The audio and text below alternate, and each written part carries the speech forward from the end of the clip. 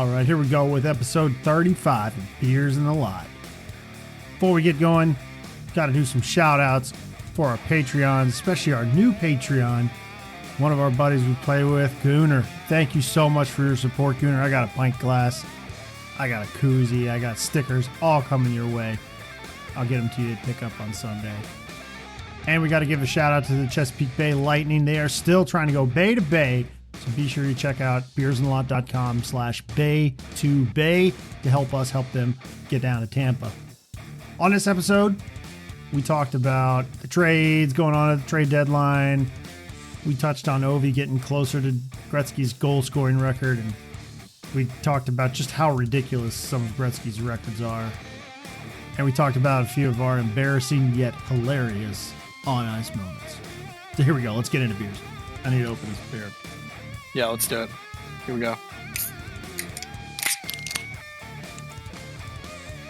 Slide this beer right on in to the koozie. Beers and a lot koozie. Eric's already got his in there. Eric's on Team Can tonight. Team Can. Yeah. I don't have to pour this one in a glass. What do you got? What do you got there? It is a Buena Vesa salt and lime lager from Stone. Oh, continuing with Stone. Good. It's very good. Yeah. What do you have, John? I have from Three Floyds Brewing, Gumball Head, which is an American wheat pale ale. Pretty damn good. I'm enjoying it. What about you, Aaron? Team Can? Team Can. I've got an Antietam Brewery, Hagerweiss, Hefeweizen. Nice. Hagerweiss. Hagerweiss. That's what it is. Hager's Patch. Yeah. Up from the patch. Yeah. Yeah, you drink it in Hagerstown. It's a Hagerweiss. It's a Hagerweiss. How about you, Daniel? What you got? So I'm going with Treehouse again because last time I went there, I bought a shit ton of beer and brought it back. And I am drinking a Treehouse Very Green. Ooh, and just green. because I'm drinking it out of a mini boot. Das Boot. Nice. Team Das Boot.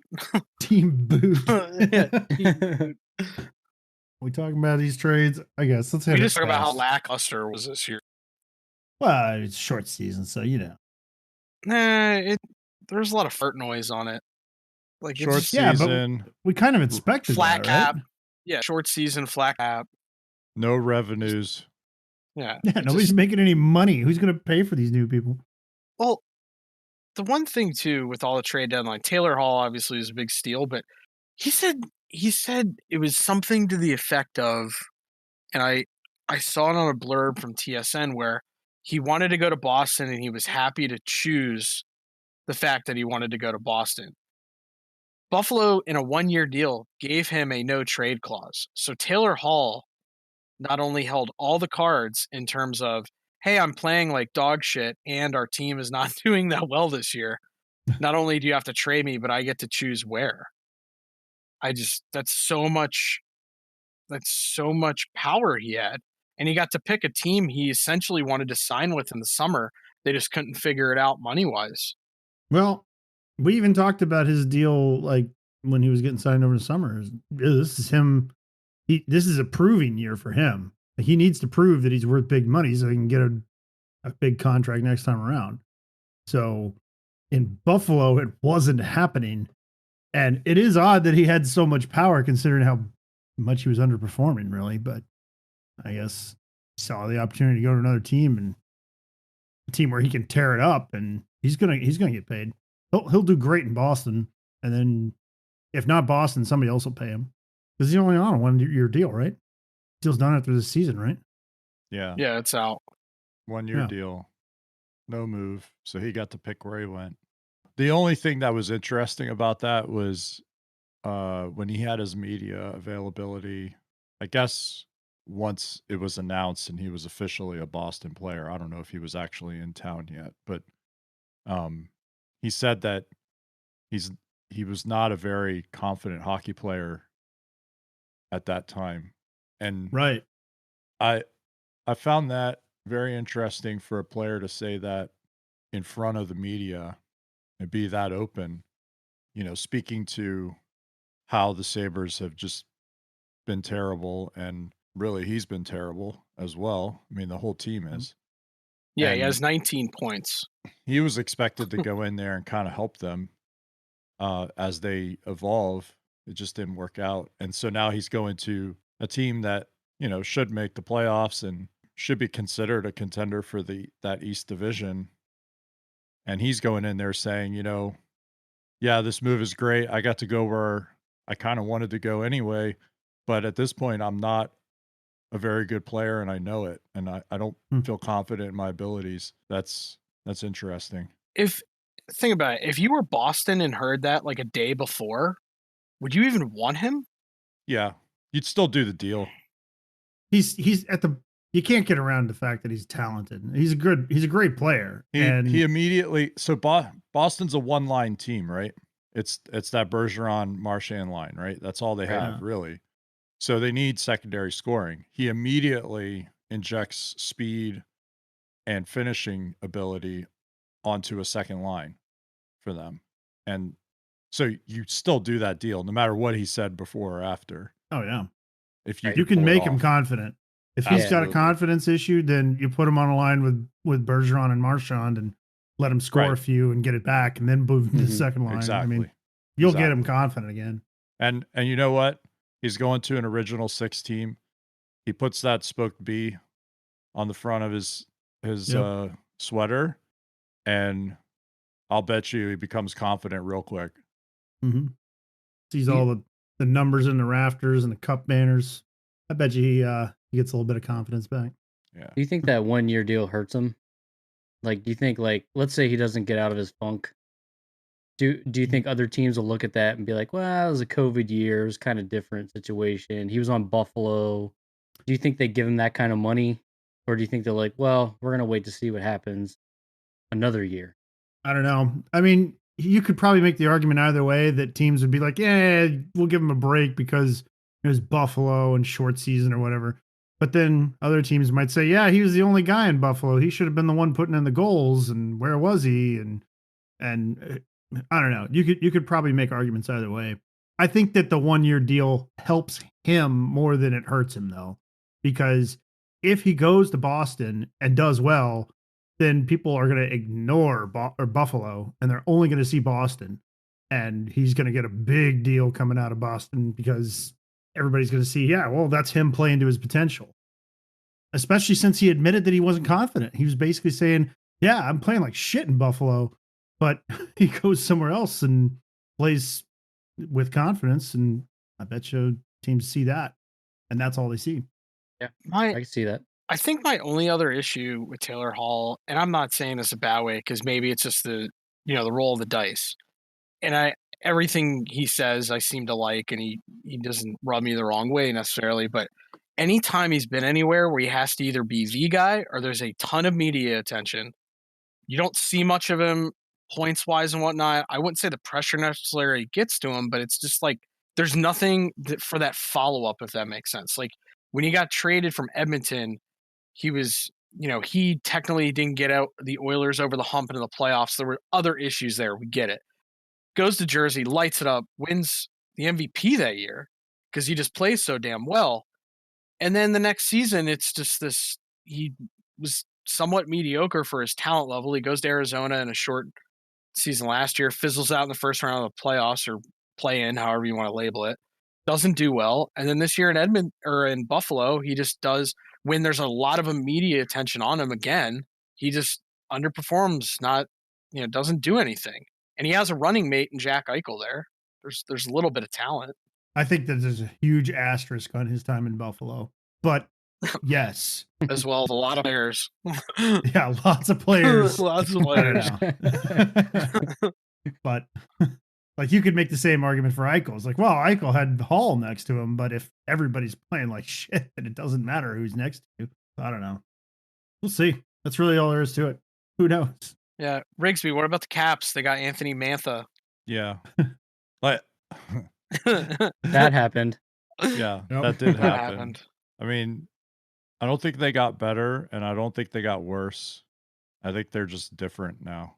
And I think what happened is, Jakub Vrana had some friction with Peter Laviolette, and, he got shown the door, and that's it. Even though he's a Caps draft pick that was developed in the system, they spent a lot of time and he put in a lot of work to get where he was at. He was actually a big factor in the Cup run in 2018. Maybe was disappointing in the last two playoffs, but the team was disappointing in the last two playoffs. So I don't know what you could say about him aside from, the whole team was disappointing. And I think this year with Laviolette coming in, that coach wants to play a certain way and Vrana's style doesn't fit. And that's what happens. And then I guess the good news story is they're able to dump Richard Panik's trash contract on someone else and basically replaced him with Michael Raffle from Philly for nothing. If you look at it, Detroit took that problem, took Vrana's upcoming RFA status for, some picks, basically, is what Caps had to give up. And then they get Mantha, who's a big body that can move, has a great shot. I mean, he had a goal and an assist when I was watching earlier, and then I stopped watching to get set up for the show already. And he was contributing, like from the first shift. He went in on the forecheck, got on the D, caused a turnover. They had 2 scoring chances off of that. So I think that's what Laviolette wants to see out of his forward line. So probably fits better than Vrana ever would have. And Mantha's what, like 6'5", 6'6", something like that. Big, He's thick guy. Big, tall guy. I think he goes for like 230 or something like that. Big frame, can move. He can get to spots. Yeah, he skates pretty well. And then when he gets there, he could shoot, and he has great hands around the net. So, I could see it working out. The other thing about that is he's still got 3 years left on his deal. So, I think this was more than just hey, let's get somebody to replace Vrana this year. I think it was, let's get somebody that fits our coaching for the next couple seasons. Do you think also maybe it kind of locks in the cost certainty of the whole team moving forward? Because Ovi's still unsigned, so that's kind of hanging out there. So them having contracts already taken care of probably helps out. I want to say they'll only have 2 RFAs at the end of this season, and one of them's Samsonov. I can't remember the other one, but I think it's only 2. So when you have a big free agent coming up like Ovechkin, maybe that helps you. It kind of stabilizes your cap situation. I don't know. I don't know how that works. I don't really care to know either. Here's the thing with the Ovechkin free agency situation. They're going to sign him. Like, it's going to happen. They're going to sign him. It's probably going to be for 4 years. It'll get him to the end of the Backstrom contract, or the Backstrom extension, and then they'll ride off into the sunset together. That's how the story ends. 4 years and done, huh? Yeah. 4 more years. Yeah. But and maybe, hopefully, there aren't any more short seasons and craziness in the world that affects how many games he can play in that time, and then he can make a run at the goals record. Yep. Right. Yeah. I think I want to see that. I think that's really the goal. Everybody wants to see that. Right.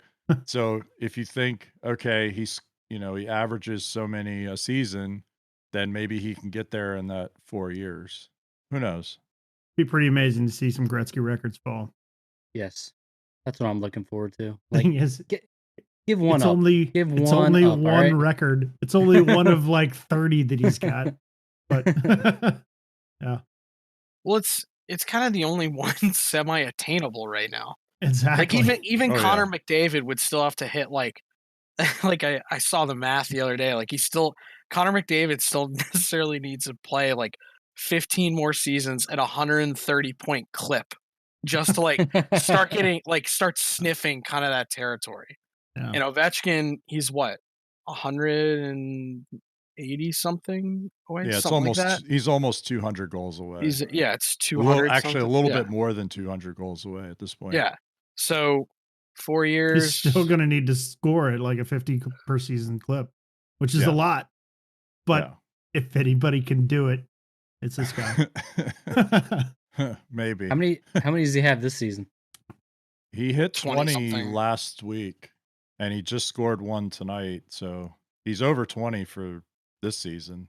I don't know how many games are left, but he could hit 30 this season. that would be on par, I think, for a 50 goal season and an 80 game season, because it's only 20 games shorter or something like that. Yeah, I don't 25 games shorter, something around there. Yeah, I don't know about how the math works. I do know this math that I think if Gretzky had scored 0 goals, he still would have had the most points in NHL history. Yeah. On assists alone. I think that's what's Unreal. crazier. Like, I think that's the thing that's most insane about it all. Like, Gretzky, if he had 0 goals, he's still number 1 in points all time. Yeah. Yeah. So, I mean, yeah, Ovechkin will probably go down, even if he doesn't break that record, considering, the teams that he was on, with the Caps and the era in which he played. Well, actually, he's played in multiple eras now because there have been some the way different that the rule goalies changes are and stuff. And the way, right. I think he'll still go down as the greatest goal scorer ever until the next person comes along, right? Right. Yeah. What about the Pens? We got Jeff Carter. Next, moving on. Next. No, we've talked. We don't have to hit it super hard. I don't mind the Jeff Carter. I don't hate it either. I'm kind of lukewarm on the whole situation. Yeah, I mean, my thing was Kapanen, Malkin, and Tanev have been out, and they're going to get them back at some point. The Pens are still winning without those guys, so like we're getting 3 really great guys back. I didn't think they needed to do it. I mean, they didn't really give up much for him. Maybe he provides something in the playoffs. Maybe he doesn't. Yeah. I mean, who knows? It's kind of like a whatever. Yeah. Right. I like what Eric said though about it when Hextall came out, and he goes, "Well, this is a guy who's won 2 Stanley Cups. He'll bring a lot of experience." What do you say exactly? They Eric? have guys that have 3 cups. Exactly. What an idiot! Exactly. Wait till he finds out that he has guys on the roster with 3 cups. He's the friggin' GM. What an idiot. When I imagine that's similar to the scene when Lloyd walks out of the bar and sees the newspaper article about landing on the moon. Like, Hextall's walking through the team office like, "We won 3 Stanley Cups, yeah!" And just raises his arms, just starts shaking his head. Like, that's the only thing I picture. But, yeah, the Jeff Carter, I like him. He was solid in like 2008. Yeah, he was great on those Kings runs, and I hope he has a little juice left in the tank. The Pens have him for the shortened season this year and then next year. And in terms of what they gave up, they gave a 3rd this year, a 4th next year. It's conditional, and I still haven't seen what the conditions on that are. But if it's only 1 pick overall, I'm fine with that. I'll live with that. So Yeah, it's not we'll bad. see. Could be worse. We could have gotten Milan Lucic, like somebody was trying to tell me in the parking lot on Sunday. Oh my God. What? I couldn't What? believe that on Sunday.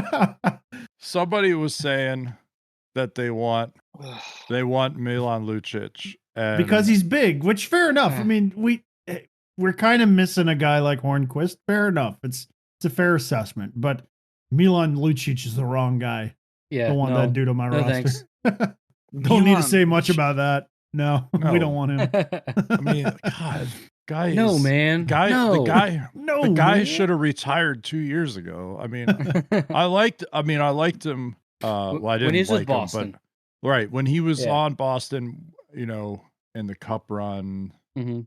stuff, and And he was a difference. Like, he was a total factor then. Yeah. yeah, Like, he was bumping guys. He was kind of belligerent. he I could liked score. But don't check him cleanly because that's a cardinal sin. Well, you got to remember if you look at like half of the fights in the NHL still, it's all because somebody got leveled on a clean hit. When it's a dirty hit, no one fights. I don't understand it. It makes no sense. But Milan Lucic, geez, that is.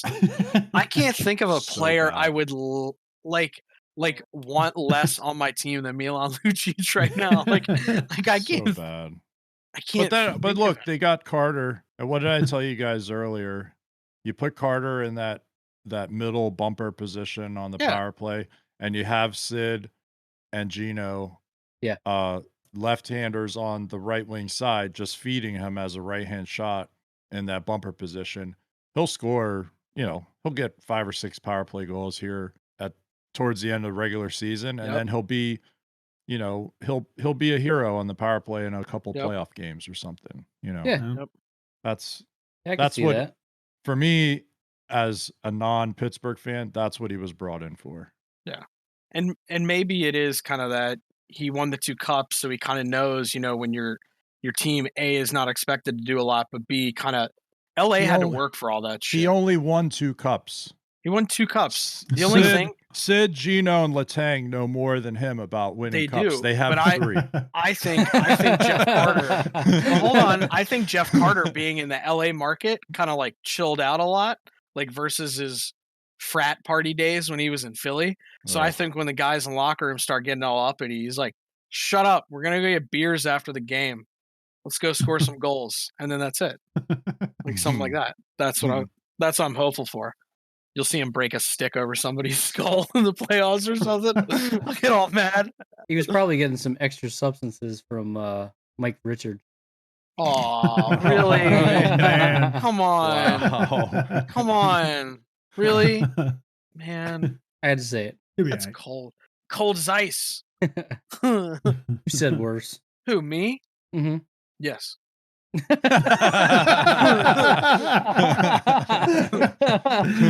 Absolutely correct. Absolutely. Totally truthful. Johnny Hockey just scored against David Riddick in OT. Who? Johnny Hockey? Chronicles of Riddick? Yeah. Johnny Gaudreau? Riddick. Chronicles of Riddick. No, I'm talking about Riddick. Who the fuck is Riddick? He's Big Save Dave. Yeah, Big Save Dave from Calgary. Yeah, got traded to Toronto. That was actually started tonight. That was actually a big deal. I think for Toronto, considering Frederick Anderson's status, and they need somebody. They still don't know. He's not playing, dude. Like, I think he fucked something severely up, and they just don't want to say it. He's not playing, and Jack Campbell's lights out right now, so he's playing great. Yeah, Dave Riddick's a good goalie. They just need somebody to back him up. Yeah, I think that's good. I've been reading that guy's last name all wrong. Who? Riddick. Rittich. Just say Big Save Dave. You're not supposed to make fun of people's names, but No, you're not. I've never done that, Daniel. That's a lie. That's also a lie. I have to go get the beer that I was originally going to open because these go down really fast. How's it my fault? They produced more than one 6-pack for profitability. Like, are you serious?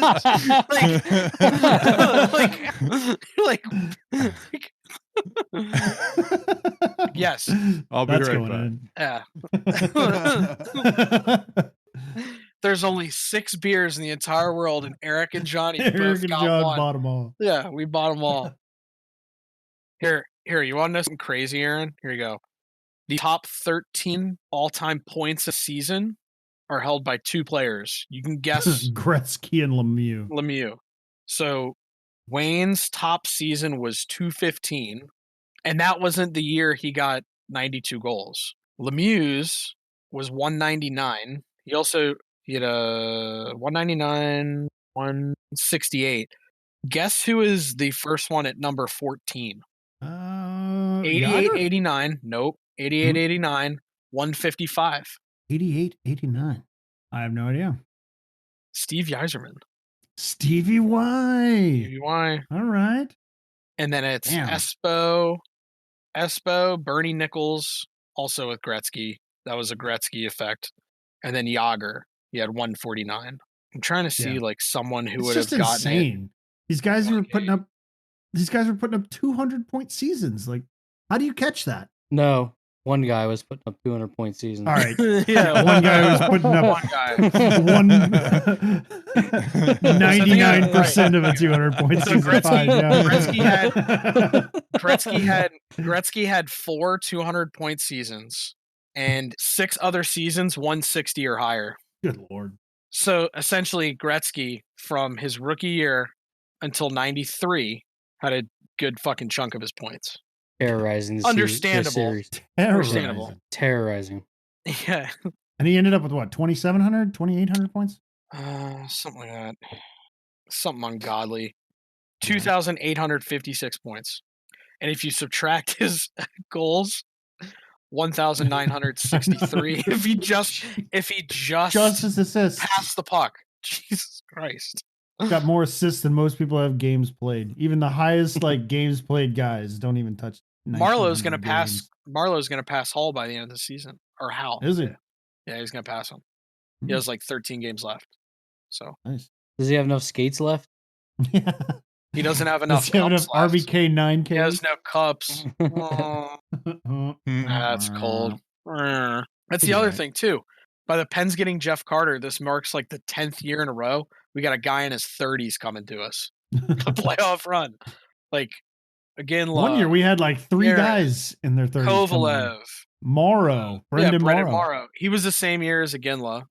Yep. Last year we had who we have last year? Marlowe. What about like Marlowe. what about like Fedotenko and Satan?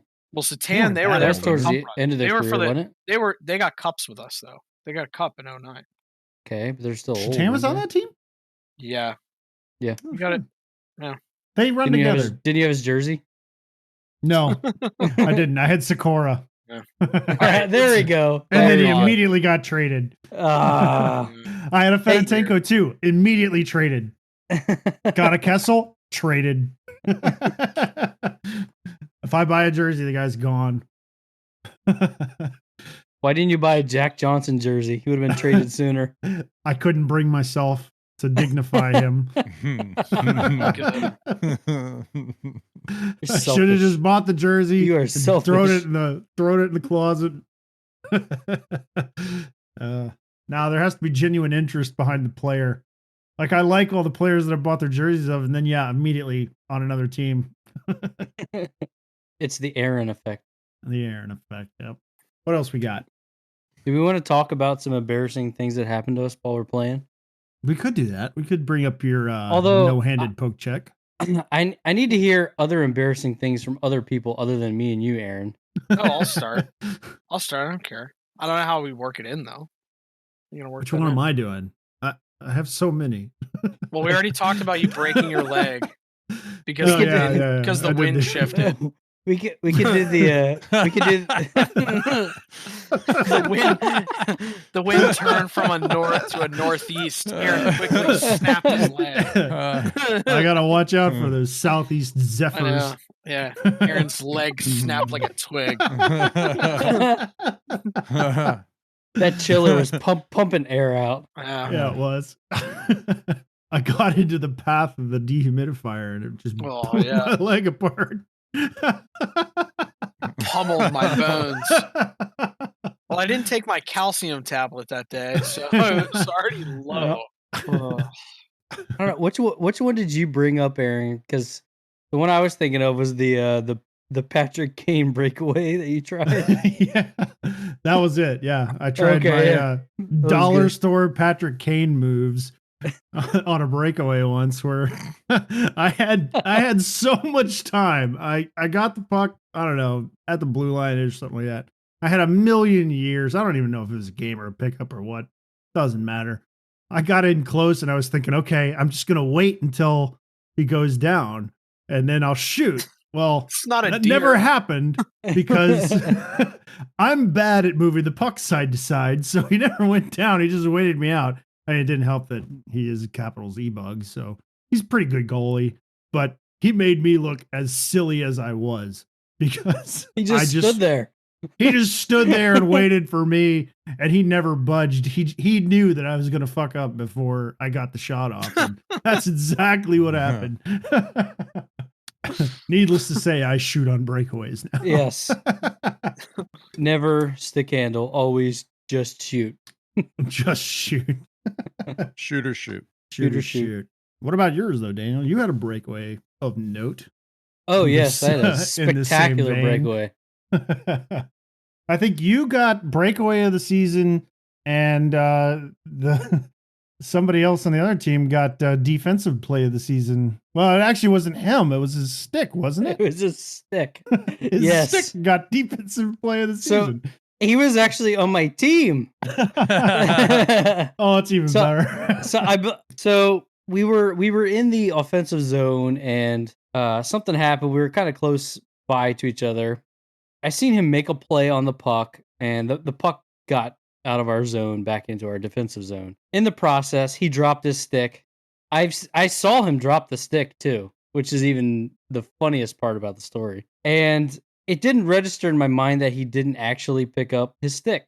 So I'm going in, go down to the defensive zone. The puck kind of kicks back out to me, back to the neutral zone. I'm on a breakaway. And needless to say, I didn't pick my head up.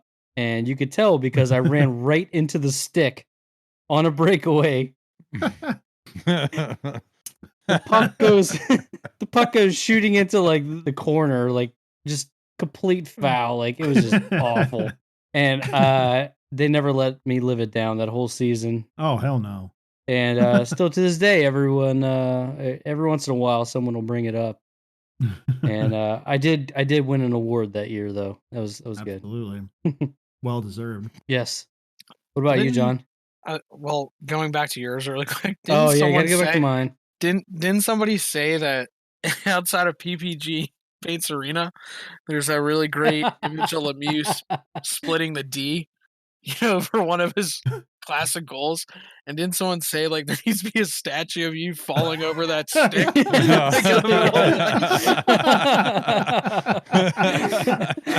Someone needs to commission a bust of Daniel just slipping over this stick with no name, something like that.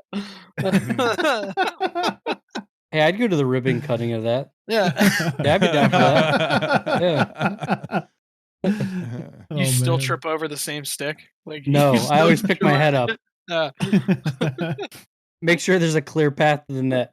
No, I think for mine, the only thing that like I can really, I mean, I've made some like goofy passes. I think everyone does that. The only No, thing I can everybody remember, does this is for a few years ago. I was playing D and I was coming back super hard on the back check, which doesn't happen often. And I kind of was going near the corner, had somebody kind of lined up, and I went in with my stick and they moved the last second. Well, I misgauged kind of how close I was to the boards. And I just, as soon as he moved, I had my stick in the same spot, but I started turning my body, not looking, kind of like, oh, I'll grab my stick. Well, next thing I know, I felt like I got jousted like at a, medieval times because I was over. I actually went in the air because the stick jammed into the boards.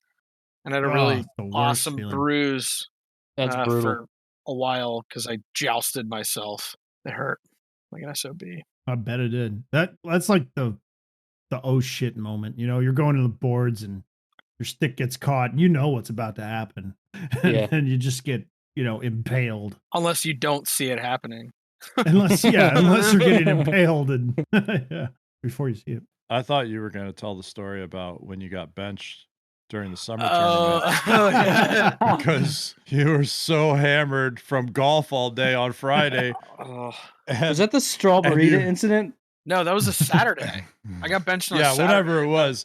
You were so hammered and we were playing you guys and you tripped over a like blue, center ice. I don't know if it was offensive blue line or defensive blue line, but you tripped over that blue line and I face planted, slid on your face to the other blue line. Thank God I have a cage. I kind of should have known something was wrong for two reasons. I remember in the locker room, I remember joking, man, this is a struggle. And think about it. You do something like that, like put on a hockey gear for like Aaron knows about that. I know about that, yeah. A lot of years. About that. Like more times. Yeah. More times than you can count. And I was like, this is a struggle. I got on the ice. I At think I least you shot. finished putting your gear on and made it to the ice. Yeah, I think I shot like. I think I shot like 4 pucks, and I remember going to kind of like our bench, going like, "Man, I kind of need to settle the hell down. Like, get your shit together, Johnny." And I looked at somebody and I said like, "Hey, so and so, whatever," and they just kind of started laughing. I was like, "What?" They're like, "That's not me. This is so and so." I forget who I said it. Like, I was so blind and out of it. I had no clue I was talking to like a hologram. So I took one shift, did the face plant. Like, I essentially was a curling stone for about 30 seconds during a hockey game. And then I just went back and sat on the bench. And I was like, I'm going to bench myself. And our team captain at the time just said, "That's the smartest thing you've done all day."